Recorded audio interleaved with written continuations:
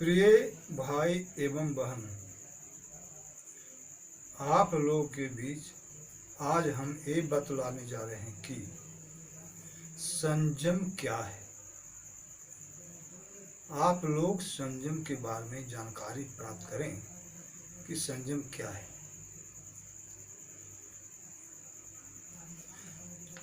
संयम सेवा साधना, सतपुरुष का संग, ये चारों करते तुरत मोह निशा को भंग। संयम सेवा साधना, सतपुरुष का संग। दिखता है कि संयम का मतलब होता है मन, कर्म, वचन और शरीर को संयमित ढंग से रखना। मन में सदैव अच्छा सोचना, बुरा नहीं सोचना, दूसरों के हित में सोचना, दूसरों के अनहित में नहीं सोचना, मन से सदैव भगवान का स्मरण, ध्यान, चिंतन, मनन इत्यादि करना। संयम सेवा, सेवा है कि जीवों के प्रति दया, जीवों में ईश्वर को देखना, जीवों से प्रेम करना। अब जब तक हम जीवों में ईश्वर को ना देखेंगे तब तक उन पर हम दया, सेवा इत्यादि प्रदान कर ही नहीं सकते, क्योंकि परमात्मा भाव से समस्त जगत को देखने में हम ये समझेंगे कि जैसा हम हैं वैसी ही दुनिया है। जब तक ज्ञान उत्पन्न न करेंगे अपने आप में तब तक हम दुनिया पर दया नहीं कर सकते, दुनिया को सेवा प्रदान नहीं कर सकते। और सेवा भाव को अपने आप में उत्पन्न करने के लिए पहले तो सत्संग और स्वाध्याय का अनुसरण करना होगा। तब कहीं हम समझेंगे कि जितने भी संसार में अंडज पिंडर, जंगम स्थावर इस तरह के हैं, वो सारे परमात्मा के ही स्वरूप हैं। और जब इसकी जानकारी हो जाएगी कि सारा जगत, सारा ब्रह्मांड प्रभु के ही स्वरूप हैं, अर्थात प्रभु ही इस रूप में अवस्थित हैं, स्थित हैं, तो ऐसा जान करके ही हम उनको सेवा करने में संलग्न हो पाएंगे। यही सत्य है। तो साधना, साधना है क्या चीज? मन को साधना, मन को बुराई से बचाना, मन में बुराई का समावेश न होने देना। बुराई को अगर मन जा रहा है तो उसको लौटा करके फिर लौटाना, उसको लौटा करके फिर एक जगह स्थिर करना, परमात्मा में ध्यान, चिंतन, मनन करना। बुराई से मोड़ करके मन को ईश्वर में लगाना, हृदय में स्थित करना, सहस्त्रार चक्र में स्थित करना। इस सब से मन स्थिर शांत होता है। यही सब साधना है। सतपुरुष का संग, और सतपुरुष यानी महात्मा जन की संगति करना। महात्मा जन की संगति करने से सद्बुद्धि होती है, कुबुद्धि का नाश होता है। इस तरह से संत जनों की संगति अत्यंत अनिवार्य है। बिना उनकी संगति को ज्ञान कहाँ, परमात्मा की ओर श्रद्धा, प्रेम, विश्वास जागने का कोई प्रश्न ही नहीं उत्पन्न होता। तो संयम सेवा साधना, सतपुरुष का संग, ये चारों करते तुरत मोह निशा को भंग। ये चारों करते तुरत मोह निशा को भंग।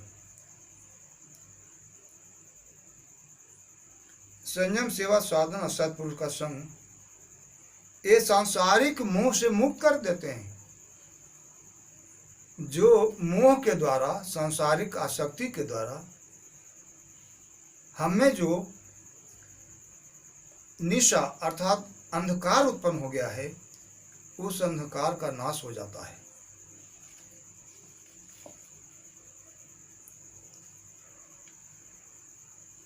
और भी गरीबदास जी की वाणी है कि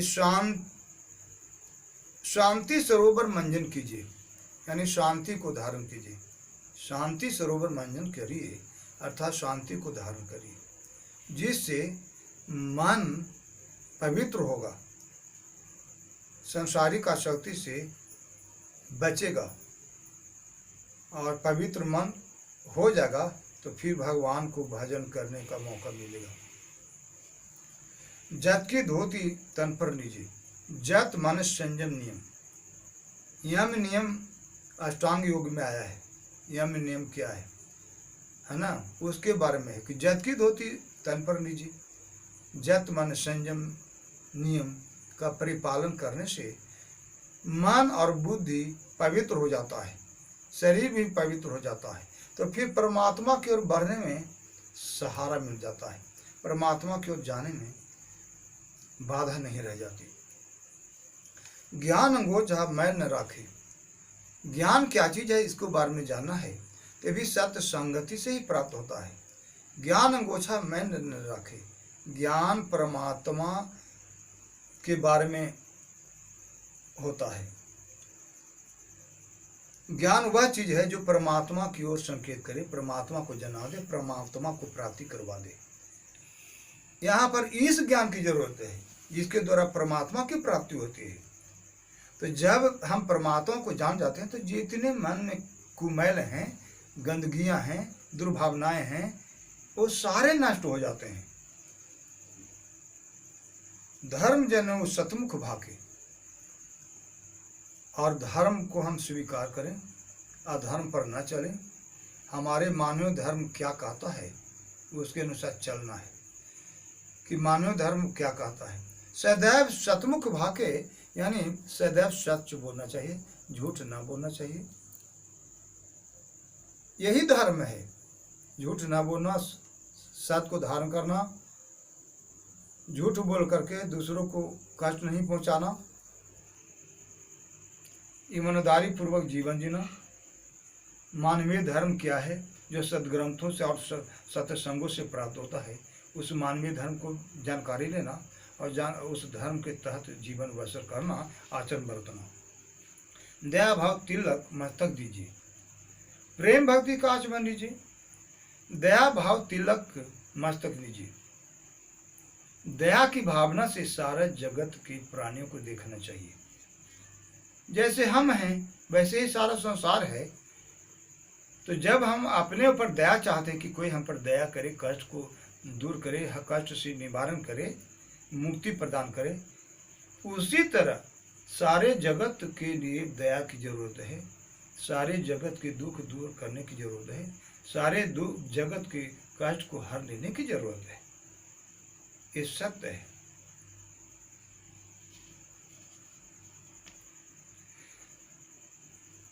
अब प्रेम भक्ति का आचमन लीजिए।